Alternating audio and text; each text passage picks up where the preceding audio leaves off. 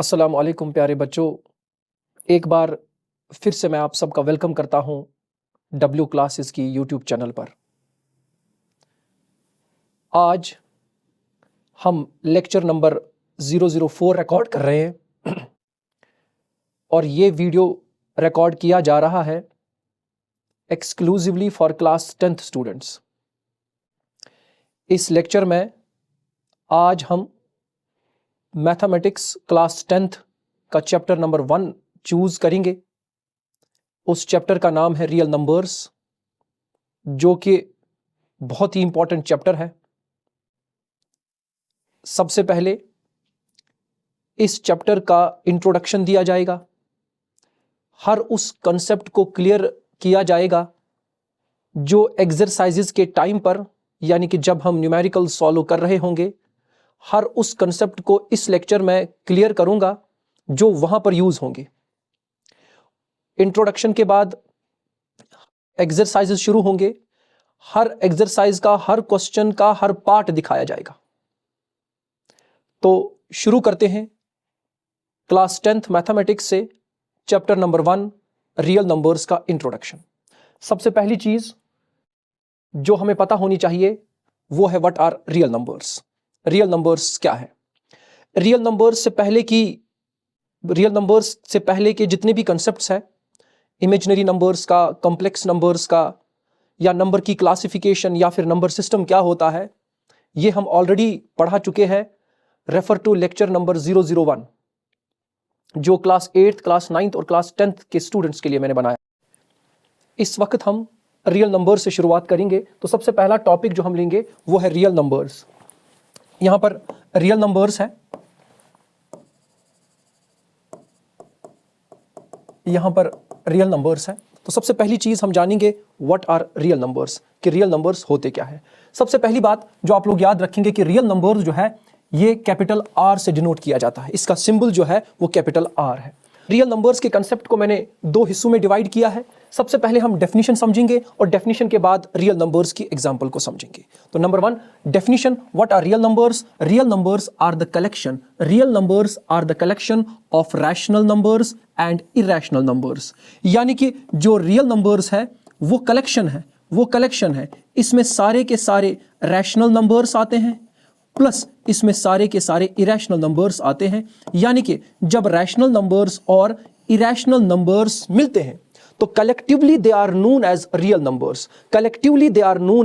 Numbers. अब हमें आगे चलकर यह समझना है कि what are rational numbers and what are irrational numbers. Example, real numbers की example number 1 1 2 3 4 so on up to infinity. अगर हम शुरुआत करेंगे 1 से और आगे बढ़ेंगे, कंसेक्यूटिवली आगे बढ़ेंगे, तो 1 2 3 4 5 6 so on up to infinity. ये सारे के सारे this set of numbers is an example of real numbers and we know that this set of numbers are known as natural numbers. इन्हें बेटा कहा जाता है नेचुरल नंबर्स। और याद रखें कि नेचुरल नंबर्स को डिनोट किया जाता है कैपिटल एन से।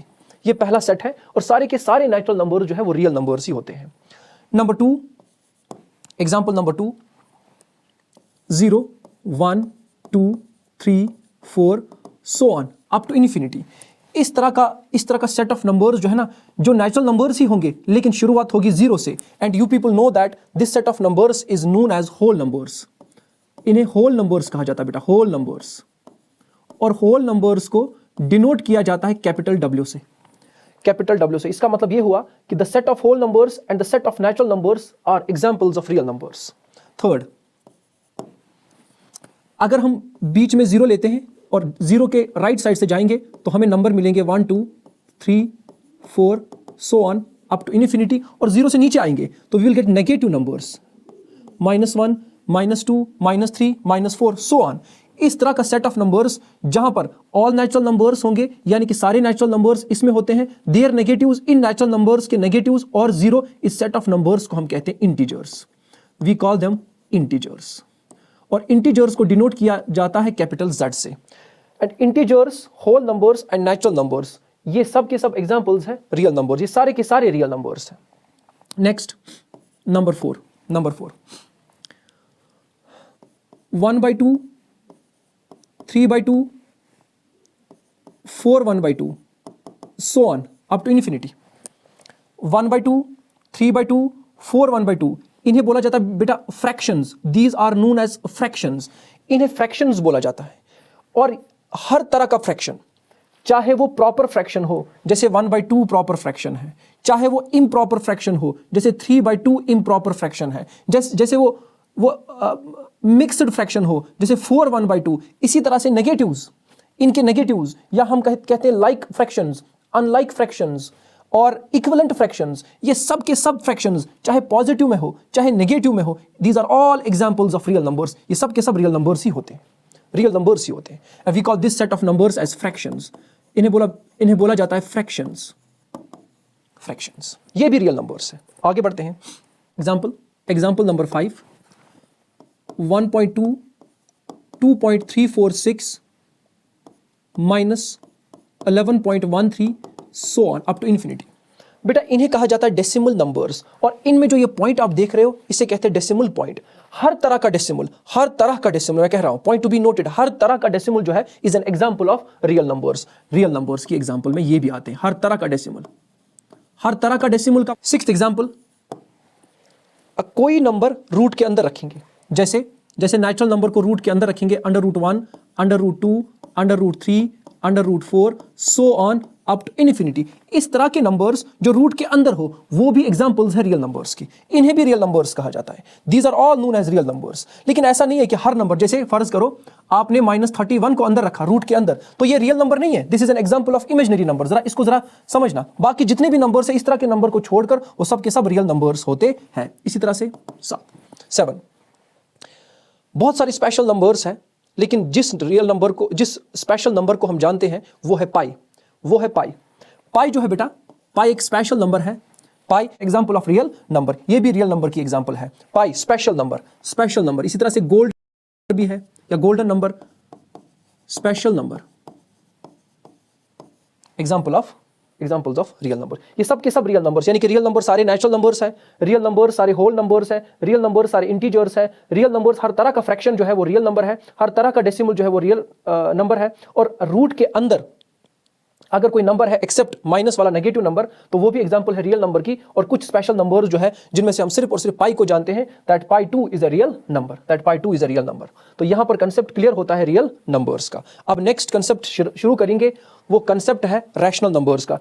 रियल नंबर्स के कंसेप्ट में हमने समझा कि real numbers are the collection of rationals and irrationals, यानी कि रैशनल नंबर्स और इरैशनल नंबर्स की कलेक्शन को हम रियल नंबर्स कहते हैं. तो further we can say that real numbers 2 types के होते हैं, रैशनल नंबर्स और इरैशनल नंबर्स. तो इस वाले कंसेप्ट में हम पढ़ेंगे पहले रैशनल नंबर्स क्या होता है, उसे समझने के बाद हम इरैशनल नंबर्स को समझेंगे. तो सबसे पहले रैशनल नंबर्स. इस कंसेप्ट को भी मैंने 2 हिस्सों में डिवाइड किया है. पहले हम इसकी डेफिनेशन को समझेंगे और उसके बाद जो इसकी एग्जांपल्स हैं उन्हें देख लेते हैं. रैशनल नंबर्स, इसे डिनोट किया जाता है बेटा, इसे डिनोट किया जाता है कैपिटल Q से. रियल नंबर्स को डिनोट किया जाता है कैपिटल R से और रैशनल नंबर्स को डिनोट किया जाता है कैपिटल Q से. सबसे पहले इसकी डेफिनेशन देखेंगे. रैशनल नंबर्स कैपिटल Q से डिनोट किए जाते हैं, are those real numbers which can be written in the form of p by q, where p and q are integers but q is not equal to 0. Rational numbers are those real numbers. Rational numbers वो real numbers है, क्योंकि हमें पता है rational numbers basically जो है ये एक टाइप है रियल नंबर्स का. तो हर रैशनल नंबर जो है वो रियल नंबर ही होता है. Rational numbers are those real numbers which can be written, जिन्हें हम लिख सकते हैं in the form of p by q, जिन्हें हम p by q फॉर्म में लिख सकते हैं. इस p by q फॉर्म को जरा समझे. p by q डेफिनेशन कहती है कि रैशनल नंबर्स वो नंबर्स होते हैं जिन्हें हम p by q फॉर्म में लिख सकते हैं. ये p by q फॉर्म क्या है? p by q फॉर्म क्या है? असल में ये जो p है ये डिवाइड के ऊपर होगा. डिवाइड, ये जो लाइन आपको दिख रही है ये डिवाइड की लाइन है. डिवाइड की लाइन के ऊपर जो नंबर होता है टेक्निकली उसे हम न्यूमरेटर कहते हैं, और डिवाइड की लाइन के नीचे जो नंबर होता है टेक्निकली उसे डिनोमिनेटर कहा जाता है. इतना ही नहीं, और भी समझे बेटा डिवाइड में जो दो नंबर्स होते हैं ऊपर नीचे, इनमें जो न्यूमरेटर होता है उसे डिवाइड किया जाता है, उसको डिवाइड किया जाता है। और किससे किया जाता है? नीचे वाले नंबर से। तो जिसको डिवाइड किया जाता है बेटा, जिसको डिवाइड किया जाता है उसको टेक्निकली हम डिविडेंड भी कहते हैं, डिविडेंड भी कहते हैं। और जो इसको डिवाइड करता हो यानी कि डिनोमिनेटर, उसे बेटा डिवाइजर कहते हैं, डिवाइजर कहते हैं। तो रैशनल नंबर वो नंबर है जिसे इस फॉर्म में लिखा जा सकता है p/q फॉर्म में, यानी कि उसका न्यूमरेटर बनाया जाएगा, उसका डिनोमिनेटर भी बनाया जाएगा, लेकिन वैल्यू चेंज नहीं होनी चाहिए। जो नंबर वो है उसकी एब्सोल्यूट वैल्यू वही रहनी चाहिए। आप p/q फॉर्म बना लो but value should not be changed, value change नहीं होना चाहिए। तो यहां देखिए आगे, which can be written in the form of p/q where p and q, जहां पर ये न्यूमरेटर p और डिनोमिनेटर q आर इंटीजर्स। ये क्या होंगे? इंटीजर्स। पीछे अगर देखेंगे, अभी मैंने आपको पढ़ा है कि इंटीजर्स क्या है। सबसे पहली चीज इंटीजर के लिए नोट डाउन करें कि integers are denoted by capital Z, और कैपिटल Z का मतलब होता है ज़हलन, और ज़हलन जो है इसका मतलब होता है नंबर। ज़हलन, ज़हलन का मतलब होता है नंबर। ठीक, तो इंटीजर्स क्या है? इंटीजर्स क्या है? इंटीजर को समझने के लिए तीन चीजें समझनी है। तीन चीजों के मजमुए को, तीन चीजों की कलेक्शन को, तीन चीजों के इंक्लूजन को हम इंटीजर्स कहते हैं। Number 1, all natural numbers, all natural numbers. Number 2, their negatives, all natural numbers, their negatives. Integers में इंक्लूड होते सारे नेचुरल नंबर्स, सारे नेचुरल नंबर्स इंटीजर्स होते हैं। देयर नेगेटिव्स, इन्हीं नेचुरल नंबर्स के नेगेटिव्स वो भी इंटीजर्स है, कॉमा एंड 0, और 0 को भी इंक्लूड किया जाएगा। यानी कि सारे नेचुरल नंबर्स इंटीजर्स होते हैं, इन नेचुरल नंबर्स के नेगेटिव्स भी इंटीजर्स होते हैं, और इंक्लूड कर लें 0, तो ये कलेक्शन जो बनती है, ये कलेक्शन जो बनती है, ये मजमुआ जो बनता है, इसे कहते हैं हम इंटीजर्स, इसी को कहते हैं हम इंटीजर्स। तो ये जो p/q हो, न्यूमरेटर और डिनोमिनेटर का जो मसला है, यहां पर हर कोई नंबर नहीं होना चाहिए। It both the numbers should be integers, both the numbers should be integers, और इंटीजर की डेफिनेशन ये है। But q should not be equal to 0। Why? सवालिया निशान। क्यों नहीं होना चाहिए 0 के बराबर? क्योंकि जब भी आप किसी इंटीजर को 0 से डिवाइड करोगे, कोई भी इंटीजर हो उसे 0 से आपको डिवाइड करना है। किसी भी इंटीजर को, यानी न्यूमरेटर में जो कुछ भी होगा, कोई भी इंटीजर होगा, डेफिनेटली इंटीजर होगा, उसको आप 0 से जब डिवाइड करते हो तो हमारा आंसर जो है वो आता है नॉट डिफाइंड। आंसर जो हमारा आएगा वो आता है नॉट डिफाइंड, वो डिफाइंड नहीं है, उसे डिफाइन नहीं किया गया है। तो जाहिर सी बात है, जिस चीज को भी डिफाइन ही नहीं किया गया है उसे हम किस कैटेगरी में रखेंगे? क्या उसे रैशनल मानेंगे? क्या उसे इरेशनल मानेंगे? क्या उसे रियल मानेंगे? क्या उसे इमेजिनरी मानेंगे? क्या उसे कॉम्प्लेक्स मानेंगे? नहीं, ये डिफाइंड ही नहीं है, तो ये किसी कैटेगरी में जा ही नहीं सकता। दैट इज द रीजन कि क्यू जो है it should not be equal to 0। तो यहां पर डेफिनेशन मुकम्मल हुई। अब हम एग्जांपल्स की तरफ आते हैं। Examples very very important. पहली example number 1, all natural numbers. हर नेचुरल नंबर जो है वो रैशनल होता है। नंबर 2, होल नंबर्स, सारे होल नंबर्स भी रैशनल नंबर्स ही होते हैं। नंबर 3, इंटीजर्स, सारे इंटीजर्स भी रैशनल नंबर्स ही होते हैं।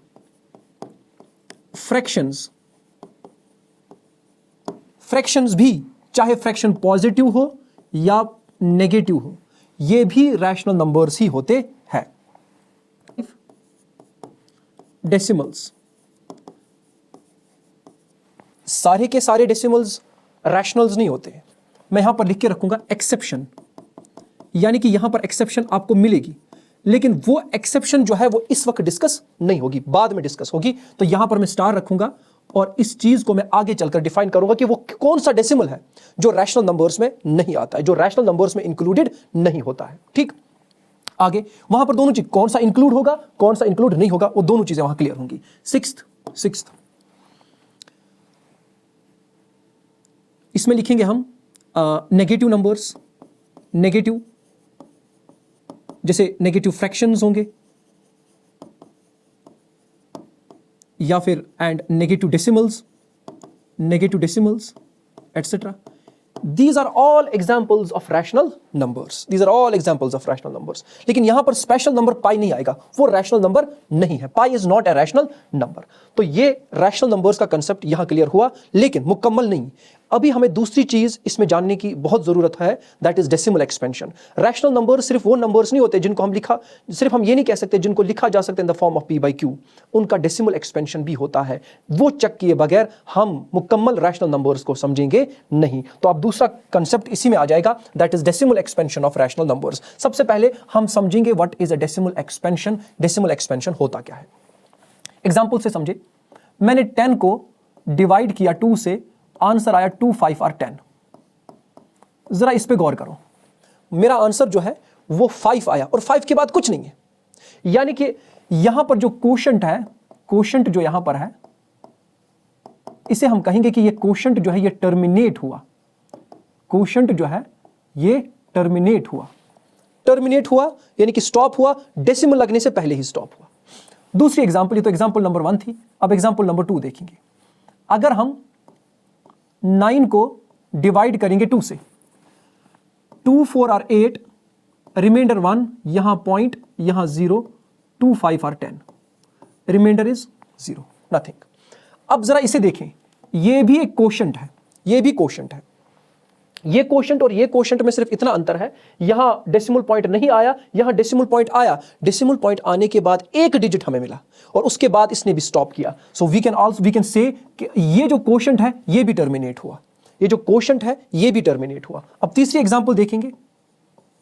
अगर हम 10 का डिवाइड 3 से करेंगे, अगर हम 10 का डिवाइड 3 से करेंगे, 3 और 9, रिमाइंडर इज 1, यहां डेसिमल पॉइंट आया, यहां 0 आएगा, 3 और 9, फिर से रिमाइंडर 1 आया, तो इसका मतलब यहां फिर से 0 होगा, यहां फिर से 3 और 9 आएगा, फिर से रिमाइंडर 0. तो ये तो कैरी ऑन होगा, ये तो आगे बढ़ेगा. कब तक? हमेशा के लिए. 3.333 कंटिन्यू जाएगा.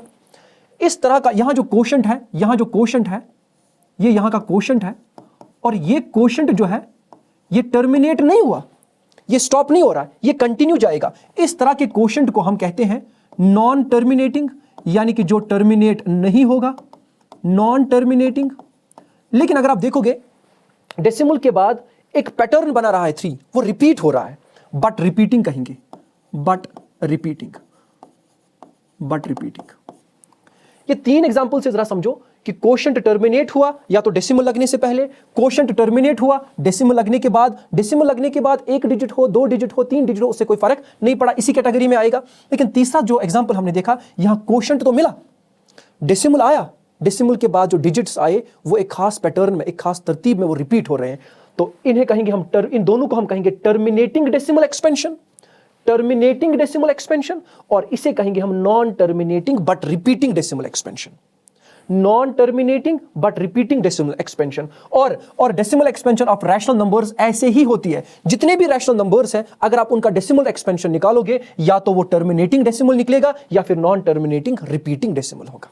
यानी कि कुल्ली तौर पर देखा जाए तो हमने 3 चीजें सीखी. रैशनल नंबर्स वो नंबर्स होते हैं जिन्हें p बाई क्यू फॉर्म में लिखा जा सकता है, where p and q are integers but q should not be equal to 0.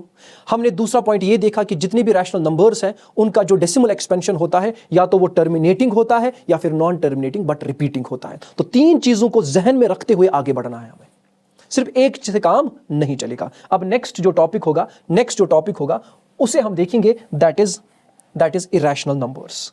Irrational numbers में ज्यादा हमें मेहनत नहीं है अब, क्योंकि अगर हमने रैशनल नंबर्स को क्लियरली समझा तो इरेशनल नंबर्स बिल्कुल उसका उल्टा होगा. What are irrational numbers? सबसे पहले आप याद रखना कि इरेशनल नंबर्स जो है, इरेशनल नंबर्स को डिनोट किया जाता है क्यू बार से, डिनोट किया जाता है क्यू बार से. इरेशनल नंबर्स जो है आर दोज रियल नंबर्स, ये भी रियल नंबर्स है, क्योंकि हमें पता है कि रियल नंबर्स 2 तरह के होते हैं, रैशनल्स एंड इरेशनल्स. सो हर रियल नंबर जो है या तो वो रैशनल होगा या इरेशनल होगा. हर रैशनल नंबर रियल है, हर इरेशनल नंबर रियल है.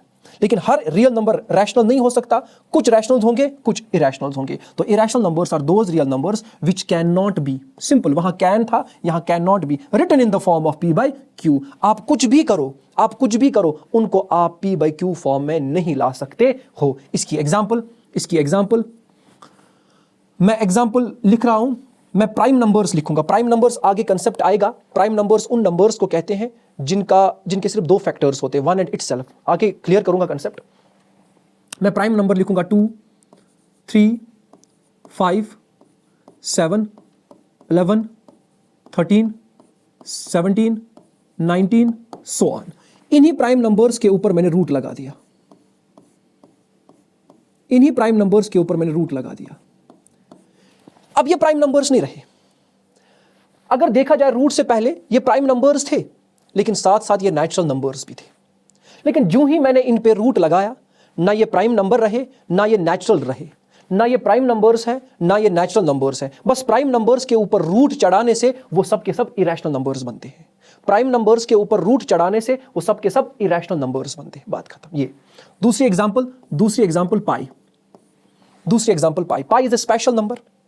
पाई जो है ये भी इरेशनल नंबर है। मतलब ये हुआ कि जो एग्जांपल्स मैंने यहां पर दी, इनमें से आप किसी भी नंबर को इन the form of P by Q नहीं ला सकते हो। नहीं ला सकते हो। क्यों नहीं ला सकते हो आगे बताऊंगा।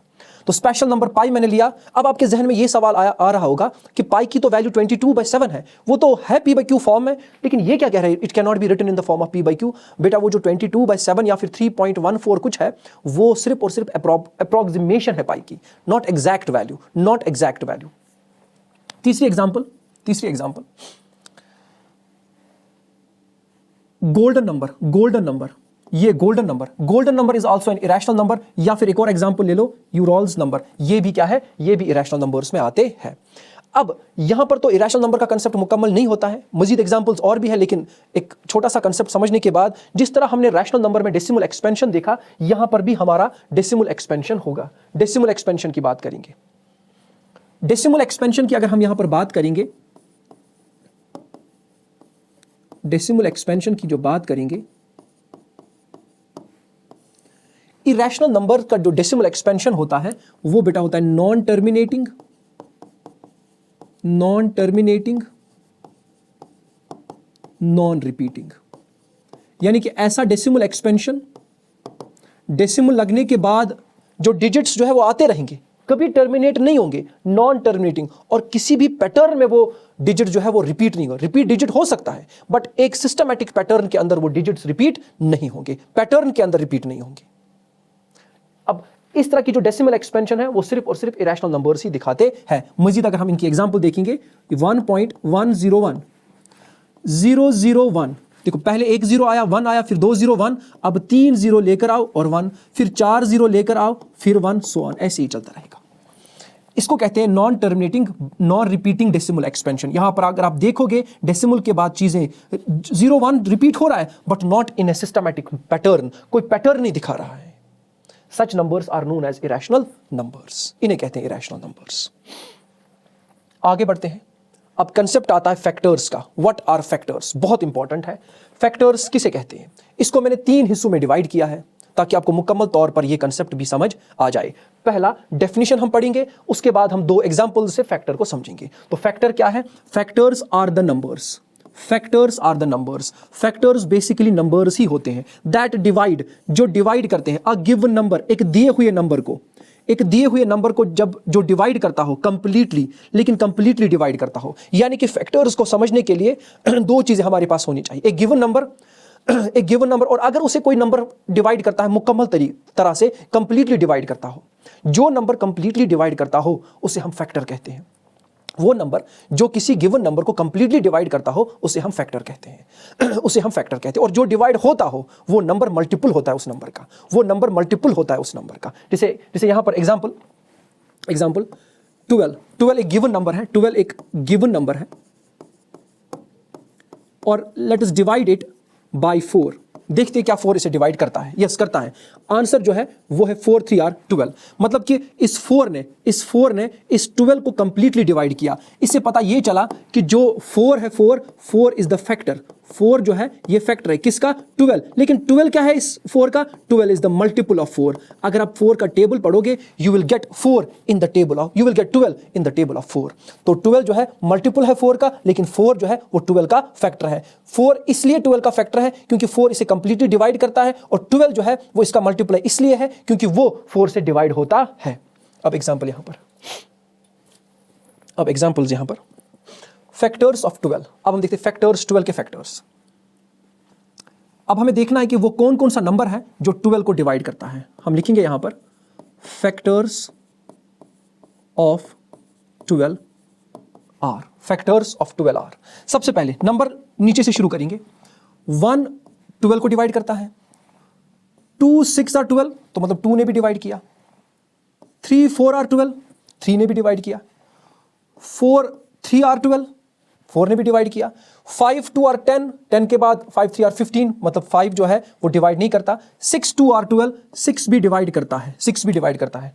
7 के टेबल में 12 नहीं है, 8 के टेबल में 12 नहीं है, 9 के भी नहीं है, 10 के भी नहीं है, 11 के भी नहीं है, लेकिन 12 के टेबल में 12 है। इसका मतलब है इसका लास्ट वाला फैक्टर जो है वो 12 इटसेल्फ है। फैक्टर्स ऑफ 12, इन्हें कहते हैं फैक्टर्स ऑफ 12, फैक्टर्स ऑफ 12। इसी तरह से हम 27 के फैक्टर्स को देखेंगे। हम लिखेंगे फैक्टर्स ऑफ 27 आर। 27 के फैक्टर्स निकालेंगे, 27 के फैक्टर्स निकालेंगे। सबसे पहले 1 इज द फैक्टर ऑफ 27। 2 को अगर चेक करेंगे, 2 के टेबल में 27 नहीं आता है। 2 के टेबल में सिर्फ और सिर्फ इवन नंबर्स आते हैं, 27 इज ऑड नंबर। ठीक है, फिनिश यहां पर। अब 3 में देखेंगे, 3 9 आर 12, 3 9 आर 27, 3 के टेबल में भी है। 4 से चेक करेंगे तो 4 के टेबल में 4 7 आर 28, नहीं, उसमें भी नहीं आता है। 5 के टेबल में नहीं आता है क्योंकि इसके एंड पर जो है, इसके एंड पर यानी कि वंस प्लेस पर ना तो 0 है ना फिर 5 है, तो ये 5 के टेबल में नहीं आएगा। 6 के टेबल में चेक करेंगे तो नहीं आता है। 7 के टेबल में चेक करेंगे तो नहीं आता है। 8 के टेबल में चेक करेंगे तो नहीं आएगा। 9 के टेबल में आएगा, 9 के टेबल में आता है। उसके बाद आप आगे आगे बढ़ोगे तो 9 के बाद 10 से अगर आप शुरू करोगे 26 तक, 27 जो है ये किसी के टेबल में नहीं आता है। इसका मतलब एंड पे 27 रहा, 27 के टेबल में आता है। So the factors of 27 are 1 3 9 and 27। Here the factors of 12 are 1 2 3 4 6 and 12। अब कुछ फैक्टर्स ऐसे होते हैं, कुछ नंबर्स ऐसे होते हैं जिनके बहुत फैक्टर्स होते हैं, कुछ के बहुत कम होते हैं, कुछ के बहुत होते हैं, कुछ के बहुत कम होते हैं। ठीक, तो यहां अगर देखोगे 12 जो है छोटा नंबर है लेकिन फैक्टर्स उसके ज्यादा है, और 27 जो है 12 से बड़ा नंबर है लेकिन उसके फैक्टर्स 4 ही निकले। आगे बढ़ते हैं। हमने देखा कि हर नंबर के फैक्टर्स होते हैं, हर नंबर के फैक्टर्स होते हैं। उन फैक्टर्स की बुनियाद पर हमने नंबर्स को 2 हिस्सों में डिवाइड किया। On the number of factors present, एक नंबर में कितने फैक्टर्स हैं उस बिना पर हमने नंबर्स को कैटेगराइज किया है 2 हिस्सों में। कुछ को हम कहते हैं प्राइम नंबर्स, तो कुछ को हम कहते हैं कंपोजिट नंबर्स। प्राइम नंबर्स, बेटा प्राइम नंबर्स के कंसेप्ट को मैंने 3 हिस्सों में डिवाइड किया है ताकि मुकम्मल तौर पे आपको समझ आए। सबसे पहले डेफिनेशन, उसके बाद एग्जांपल्स, उसके बाद एग्जांपल्स कि अगर ये प्राइम नंबर्स है तो ये प्राइम नंबर क्यों नहीं है। सबसे पहली डेफिनेशन, बेटा प्राइम नंबर्स जो है ये वो नेचुरल नंबर्स होते हैं, पता है हमें, प्राइम नंबर्स नेचुरल नंबर्स होते हैं that have exactly 2 factors only। ऐसे नंबर्स जिनमें सिर्फ और सिर्फ 2 फैक्टर्स होते हैं, सिर्फ 2 फैक्टर्स होते हैं, तीसरा होगा ही नहीं, सिर्फ 2 फैक्टर्स होते हैं। और कौन कौन है वो? एक तो 1 होगा, हमने देखा, अगर आप पीछे देखोगे हमने देखा 12 में भी 1 आता है और 27 में भी 1 आता है। मतलब मैं ये कहूंगा कि हर नंबर के अंदर 1 का फैक्टर मौजूद होता है, हर नंबर के अंदर 1 का फैक्टर मौजूद होता है। प्राइम नंबर्स को इसी तरह से समझो कि प्राइम नंबर्स वो नेचुरल नंबर्स होते हैं जिनमें सिर्फ और सिर्फ 2 फैक्टर्स होते हैं। एक तो 1 होता है एंड द नंबर इटसेल्फ, और फिर नंबर खुद, यानी कि जिसके आप फैक्टर्स निकालते हो वो नंबर खुद भी होगा और दूसरा जो है वो 1 होगा, तीसरा कोई नंबर हो ही नहीं सकता। उन्हीं नंबर्स को हम प्राइम नंबर्स कहते हैं। यानी कि प्राइम नंबर्स वो नंबर्स होते हैं जिनमें सिर्फ और सिर्फ 2 फैक्टर्स होते हैं, 2 से ज्यादा फैक्टर्स नहीं होते हैं। एग्जाम्पल यहां पर, example 2, example 3, example 5, example 7, example 11, example 13, example 17, example 19, example 23, example 29, example 31, so on। ये सारे के सारे प्राइम नंबर्स होते हैं। इन सब में आप देखोगे सिर्फ 2 ही फैक्टर्स पाओगे, 1 and itself, 1 and 2, 1 and 3, 1 and 5, 1 and 7, 1 and 11, 1 and 13। यानी कि ऐसे 2 नंबर्स जो इसको डिवाइड करेंगे। तीसरा नंबर दुनिया में होगा ही नहीं जो इनको डिवाइड करेगा, जो अपने एक प्राइम नंबर को डिवाइड करता है। सिर्फ 2 नंबर, या तो इसको 1 खुद डिवाइड करेगा कंप्लीटली या फिर अपना आप इसको डिवाइड करेगा कंप्लीटली, तीसरा नंबर होता ही नहीं है। अब सवाल है why 12 is not a prime number. 12 prime number क्यों नहीं है? Why 12 is not a prime number. 12 बेटा इसलिए प्राइम नंबर नहीं है क्योंकि 12 के फैक्टर्स 2 से ज्यादा है। जैसे 12 के अगर हम फैक्टर्स निकालेंगे तो सबसे पहला फैक्टर 1 है, फिर 2 है, फिर 3 है, फिर 4 है, फिर 6 है एंड 12 है। ये पीछे हमने देखा है 12 के 1 2 3 4 5 6 6 फैक्टर्स है 12 के चूंकि 6 फैक्टर्स है, दैट इज वाई 12 जो है ये कोई प्राइम नंबर नहीं है। तो ये कौन सा नंबर है? ये कंपोजिट नंबर है। कंपोजिट नंबर हमारा अगला टॉपिक है। What are composite numbers? बस वही चीज कि कंपोजिट नंबर्स वो नंबर्स होते हैं जिनमें 2 से ज्यादा फैक्टर्स होंगे, जिनमें 2 से ज्यादा फैक्टर्स होंगे। 1 उसमें भी डेफिनेटली होगा, अपना आप भी होगा, लेकिन 1 और इटसेल्फ के बावजूद और भी फैक्टर्स होते हैं। Such numbers are known as composite numbers. इस साल JK board of school education का जो 10th का एग्जाम हुआ था, उसमें कंपोजिट नंबर टच किया गया था एमसीक्यूज में। डेफिनेशन देखेंगे, composite numbers are those natural numbers that have more than 2 factors, जिनमें 2 से ज्यादा फैक्टर्स होते हैं। एग्जाम्पल, जो हमने वहां छोड़ा उसको यहां लेकर आ जाओ। वहां 2 आया, 3 आया, 4 नहीं आया, वहां 5 आया, 6 नहीं आया, 6 यहां आएगा, वहां 7 आया, 8 यहां आएगा, 9 यहां आएगा, 10 यहां आएगा, 12 यहां आएगा, एटसेट्रा। ये सारे के सारे कंपोजिट नंबर्स होते हैं। यानी कि अगर आप चेक करोगे, इन कंपोजिट नंबर्स में 2 से ज्यादा फैक्टर्स होते हैं। जैसे एग्जांपल हम 8 की लेंगे, 8 फैक्टर्स ऑफ 8 आर 1 2 4 एंड 8। यानी कि 1 भी इसको डिवाइड करेगा, 2 भी डिवाइड करेगा, 4 भी करेगा, 8 भी मुकम्मल डिवाइड करेगा। तो these are the factors of 8। ये 8 के फैक्टर्स हैं। 1 2 4 and 8 are the factors of 8। यहां पर चेक करें, यहां 1 भी आता है और नंबर इटसेल्फ भी आता है। ये हर एक कंपोजिट नंबर में होगा, लेकिन एक्स्ट्रा 2 नंबर्स आगे 2 and 4, that is why it is known as a composite number. 8 जो है कंपोजिट नंबर होगा। अब यहां सवाल उठता है कि सर, प्राइम नंबर्स में आपने 2 से शुरू किया, कंपोजिट नंबर्स में आपने 4 से शुरू किया, ये 1 गया कहां? 1 स्पेशल केस है हमारे लिए। 1 जो है स्पेशल केस है हमारे लिए। सवाल पूछा जाता है, इज 1 ए प्राइम और a composite number? Answer is 1 is neither a prime number और a composite number. 1 is neither a prime number nor a composite number। 1 जो है ना ये बेटा प्राइम नंबर है और ना ही बेटा ये कंपोजिट नंबर है। सर फिर ये क्या नंबर है? कुछ लोग कहते हैं ये यूनिक नंबर है। वो आंसर सही नहीं है बेटा। हर नंबर जो है वो यूनिक होता है, हर नंबर जो है वो यूनिक होता है। तो 1 कोई यूनिक नंबर नहीं है। 1 जो है ना प्राइम है ना कंपोजिट है। क्यों नहीं है? ये 4 रीजन जरा समझो, 4 रीजन जरा समझो। The number 1 has only 1 factor. इसका सिर्फ एक ही फैक्टर है, वो है 1। तो प्राइम नंबर होने के लिए हमें 2 कम से कम नंबर्स चाहिए, ज्यादा से ज्यादा भी 2। लेकिन कंपोजिट नंबर के लिए हमें 2 से ज्यादा होने चाहिए। लेकिन 1 लेकर आया है एक फैक्टर। एक ही नंबर है दुनिया में जो 1 को डिवाइड करेगा, दैट इज 1 इटसेल्फ, दूसरा है ही नहीं। Prime numbers need exactly 2 factors, इसके पास एक ही है। Composite numbers need more than 2 factors, तो बेटा इसके पास एक ही है। That is the reason, since 1 has only 1 factor, it fits neither category. That's why मैंने यहां पर आंसर में लिखा 1 is neither a prime number nor a composite number. Next topic, factorization and prime factorization. Most important topic and most demanding topic of the unit. Unit में इसकी सबसे ज्यादा जरूरत है, पहले ही क्वेश्चन से इसकी जरूरत है। और यहां पर बच्चे इसी में ही गलती करते हैं। प्राइम फैक्टराइजेशन और फैक्टराइजेशन को जरा समझो, दोनों चीजें डिफरेंट है। सबसे पहले हम फैक्टराइजेशन को समझेंगे। What is a factorization? Factorization का मतलब होता है जो दिया हुआ नंबर है उसको ब्रेक कर दो, उसको तोड़ के लिखो। कैसे? इनटू इट्स फैक्टर्स, उसके फैक्टर्स में तोड़ो।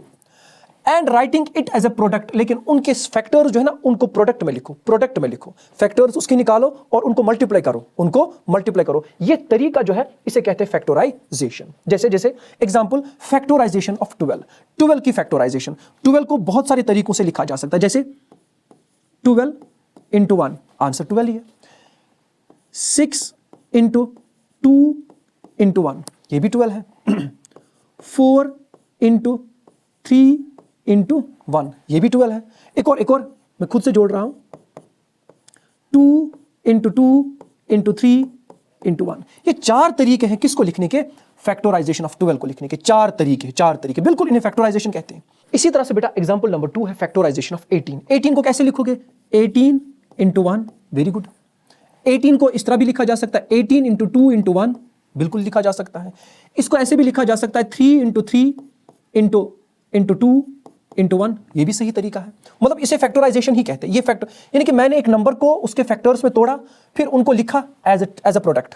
एक और चीज, 18 को ऐसे भी लिखा जा सकता है, 6 इंटू 3 इंटू 1 बिल्कुल लिखा जा सकता है। This is known as factorization, इसे कहते हैं फैक्टराइजेशन। इंपॉर्टेंट है, प्राइम फैक्टराइजेशन को जरा समझो।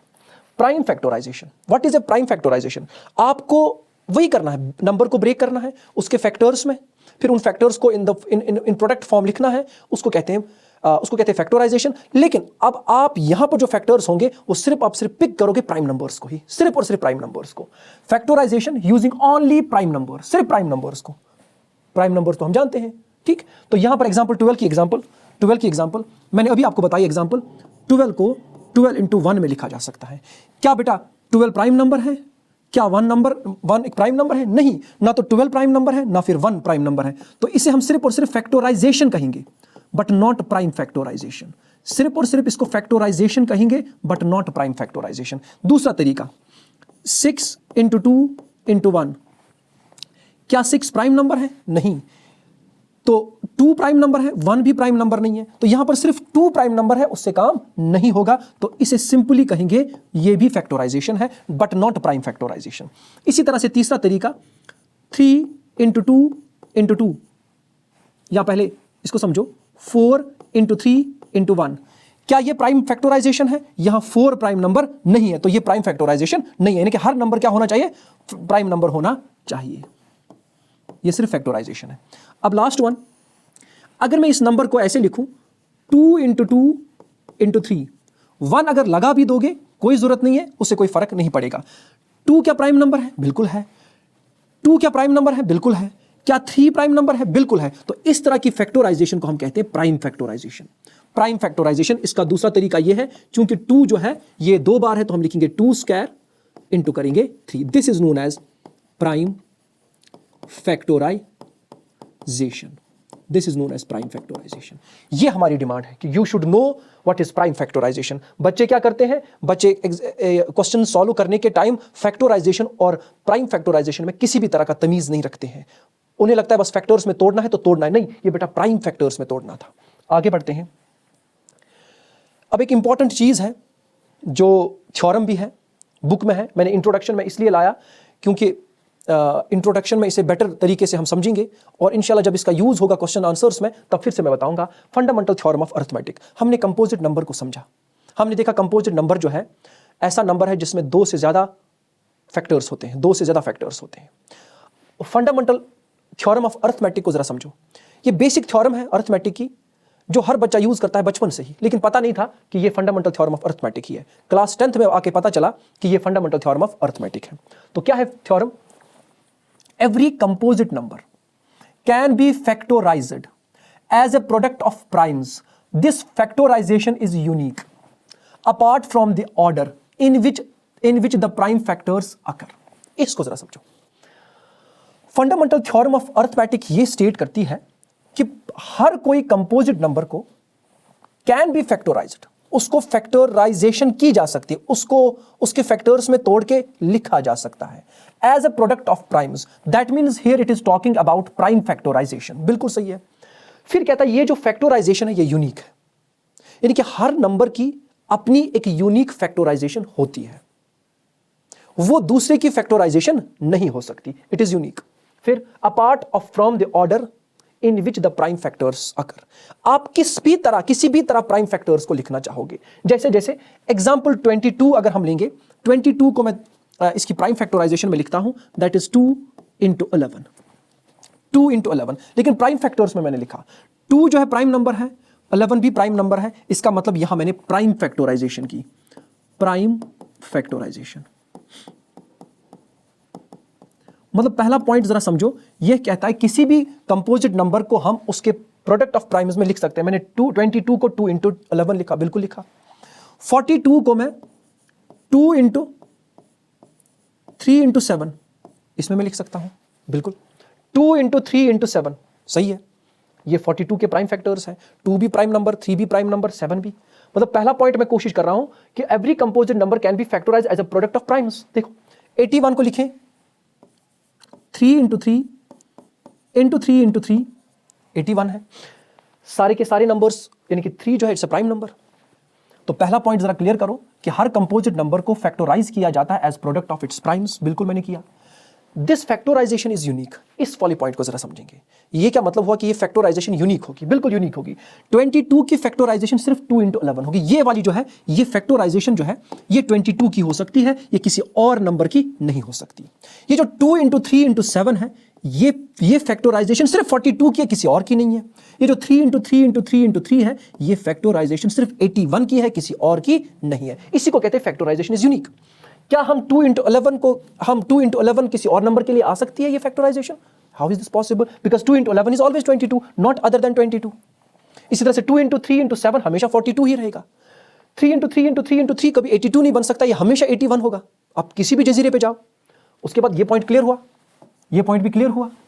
Apart from the order in which the prime factors आकर, अब इनका ऑर्डर है। यहां पर लिखा है 2 × 11, क्या हम 11 × 2 लिख सकते हैं? Answer is yes. ऑर्डर की चिंता नहीं करनी है, ऑर्डर इधर उधर हो सकता है। यानी कि 2 × 11 अगर 22 है, क्या 11 × 2 कोई और नंबर है? नो, ये भी 22 की ही प्राइम फैक्टराइजेशन है। इसी तरह से यहां पर अगर ऑर्डर बदले 3 × 2 × 7 कर ले तो उससे क्या ये प्राइम फैक्टराइजेशन किसी और की बनती है? नो, ये तब भी 42 की है। यहां पर ऑर्डर तो बदलना ही नहीं है।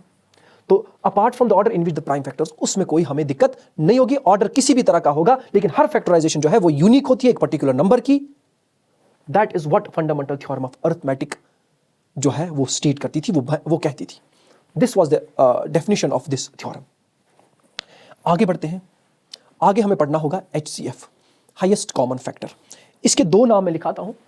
इसे कहा जाता है ग्रेटेस्ट कॉमन डिवाइजर भी, जी एक और नाम GCD के नाम से इसे जाना जाता है। Greatest common divisor, HCF highest common factor. बस सिंपल सी बात है, HCF ऐसा फैक्टर है जो दो नंबर्स के दरमियान होगा लेकिन कॉमन भी हो और सबसे बड़ा भी हो। दो नंबर्स के दरमियान जो कॉमन फैक्टर होगा, जो फैक्टर्स कॉमन होंगे, HCF में देखा जाता है कि उनमें से जो सबसे बड़ा नंबर हो वो HCF कहलाता है। उनमें से जो सबसे बड़ा नंबर हो वो HCF कहलाता है। अब यहां पर एग्जांपल से जरा समझिए। पहले डेफिनेशन देखेंगे। HCF is the biggest number, सबसे बड़ा नंबर होगा, that divides all the given numbers. जो दिए हुए नंबर्स है वो सबको डिवाइड, लेकिन बड़ा होना चाहिए, छोटा नहीं होना चाहिए। जैसे अब एग्जांपल से HCF को समझेंगे।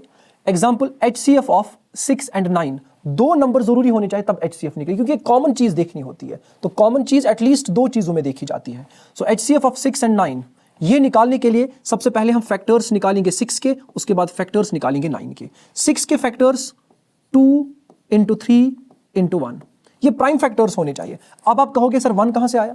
1 लिखा जा सकता है, बट वी शुड नो कि 1 is neither a prime nor a composite number. इसी तरह से 3 9 जो है इसके फैक्टर्स निकालेंगे 3 × 3 × 1। अब चेक करते हैं इनमें से कॉमन चीज क्या है। कॉमन चीज यहां पर तो सबसे अव्वल में 1 है, 1 लिखेंगे। उसके बाद कॉमन चीज यहां पर 3 है और 3 लिखेंगे। इसका मतलब है इनमें जो कॉमन फैक्टर्स है वो 1 भी है और 3 भी है। पॉइंट नोट करना यहां पर जो मैं कहूंगा, 1 भी है अकेला, 3 भी है अकेला, और इनका मल्टीप्लाई भी कॉमन है। 1 जो है ये भी कॉमन फैक्टर है, बिल्कुल है। 3 जो है ये भी इन दोनों का कॉमन फैक्टर है, बिल्कुल है। और इनका मल्टीपल जो है ना वो भी एक कॉमन फैक्टर है। इनका मल्टीपल एक कॉमन फैक्टर है। 1 × 3, जाहिर सी बात है अकेला नंबर बड़ा नहीं हो सकता, मल्टीपल करके बड़ा हो जाएगा। जितने भी कॉमन फैक्टर्स होते ना वो एक एक करके कभी बड़े नहीं हो सकते, वो बिगेस्ट नहीं हो सकते, वो हाईएस्ट नहीं हो सकते, वो ग्रेटेस्ट नहीं हो सकते। लेकिन अगर उन कॉमन फैक्टर्स को मल्टीप्लाई किया जाएगा तब जाके वो बड़ा बन सकता है। तो हम इनका जो कॉमन फैक्टर है दैट इज 1 × 3, आंसर इज 3। इनका जो कॉमन फैक्टर है दैट इज 3, दैट इज 1 3, और इन दोनों का मल्टीप्लाई दैट इज 3। तो हाईएस्ट कॉमन फैक्टर क्या है? ना तो अकेला 1 है ना अकेला 3 है, हाँ इनका मल्टीपल जो है वो हाईएस्ट कॉमन फैक्टर है, that is answer is 3। Next example देखते हैं। एग्जांपल नंबर 2, HCF ऑफ 10 और 25। तो सबसे पहले हम फैक्टर्स निकालेंगे 10 के, उसके बाद फैक्टर्स निकालेंगे 25 के। इन दोनों के दरमियान कॉमन फैक्टर्स निकालेंगे। जो उन कॉमन फैक्टर्स में सबसे बड़ा होगा वही हमारा हाईएस्ट कॉमन फैक्टर है। तो factors of 10 are 2 × 5 × 1। Factors of 25 are 5 × 5 × 1। Check करें ऊपर में और नीचे में क्या कॉमन चीज है। पहले तो 1 है तो कॉमन फैक्टर पहला 1 हुआ, दूसरा कॉमन फैक्टर जो है वो 5 है, तो लिखा मैंने। फिर से दोहराऊंगा, इसका कॉमन फैक्टर 1 भी है, 5 भी है, और इन दोनों का मल्टीपल भी इसका कॉमन फैक्टर है। कॉमन फैक्टर अकेले में 1 भी है, कॉमन फैक्टर अकेले में 5 भी है, और इनका मल्टीपल भी कॉमन फैक्टर है, तो इनका मल्टीपल जो आएगा वो भी 5 ही आएगा। सो अगर देखा जाए तो क्या 1 कॉमन फैक्टर, क्या 1 हाईएस्ट है? नो। क्या 5 हाईएस्ट है? नो। क्या इनका मल्टीपल हाईएस्ट है? यस। चूंकि कोइंसिडेंटली यहां पर जो 5 है वो बड़ा भी आ रहा है और 5 अकेले में भी बड़ा है, तो यहां पर देखा जाए तो जो कॉमन फैक्टर है इनका वो है 1 भी, 5 भी, और इन दोनों का मल्टीपल भी, यहां पर मैं लिखूंगा ये भी कॉमन फैक्टर है। सो इनमें सबसे बड़ा न ये अकेला होगा न ये अकेला होगा, लेकिन इनका मल्टीपल हमेशा बड़ा होगा, तो this is the highest common factor, that is 5। ये मुकम्मल कंसेप्ट है हाईएस्ट कॉमन फैक्टर का। इसके बाद नया स्टार्ट होता है, उसे कहते हैं एलसीएम। लोवेस्ट कॉमन मल्टीपल का हो या लीस्ट कॉमन मल्टीपल का हो, LCM is the lowest number, ये सबसे स्मॉलेस्ट नंबर होगा, सबसे छोटा नंबर होगा, that appears in the multiplication table of all the given numbers. वो छोटा नंबर जो दिए हुए दो नंबर्स के मल्टीप्लिकेशन टेबल में कॉमनली आते हो, यानी कि इसमें भी मौजूद हो उसमें भी मौजूद हो। अब जरा यहां पर समझो, अगर हमारे पास दो नंबर्स होंगे, इसके टेबल में और इसके टेबल में बहुत सारे कॉमन मल्टीपल्स होंगे, बहुत सारे, लेकिन हमें सारे नहीं लेने हैं। लोवेस्ट कॉमन मल्टीपल का मतलब होता है जो उनमें सबसे छोटा हो, वो हमारा एलसीएम बनता है, वो हमारा एलसीएम बनता है। इस तरह देखें, एग्जांपल से देखें, एलसीएम ऑफ 6 and 9 निकालेंगे, मल्टीपल्स ऑफ 6 लिखेंगे, 6 1 are 6, 6 2 are 12, 6 3 are 18, 6 4 are 24, 6 5 are 30 and 6 6 are 36, so on. 9 के मल्टीपल्स लिखेंगे, 9, 2 are 18, 3 are 27, 4 are 36, so on। अब जरा बेटा चेक करें ऊपर और नीचे में क्या कॉमन चीजें हैं, क्या कॉमन मल्टीपल्स हैं।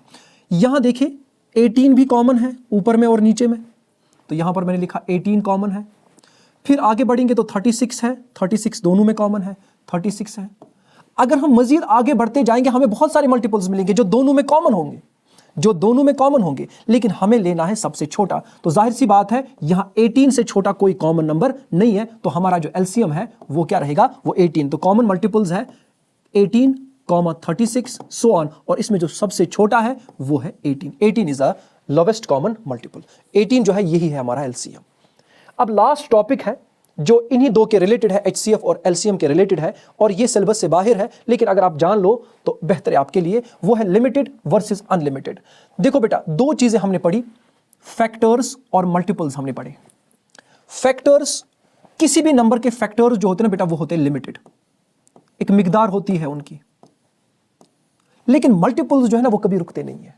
Multiples are always unlimited, multiples are always unlimited. यही कंसेप्ट है कि ऐसे समझो कि बेटा जो फैक्टर्स होते हैं ना, फैक्टर्स वो हमेशा लिमिटेड नंबर होते हैं, यानी कि एक नंबर के एक लिमिट होगी फैक्टर्स होने की।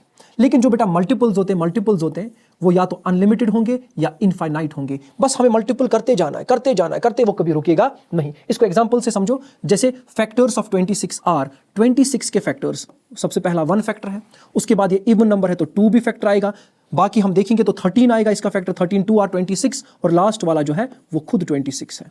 अब कोई दुनिया की ताकत as per fundamental theorem of arithmetic के हिसाब से कोई ये नहीं कह सकता कि इसका 5वां फैक्टर भी है, हो ही नहीं सकता। इसका फैक्टर सिर्फ 1 है, 2 है, 13 है और 26 है, और कोई 5वां हो ही नहीं सकता। लेकिन मल्टीपल्स की बात करेंगे तो हम लिख सकते हैं 26 इंटू 1, 26 इंटू 2, 26 इंटू 3, 26 इंटू 4।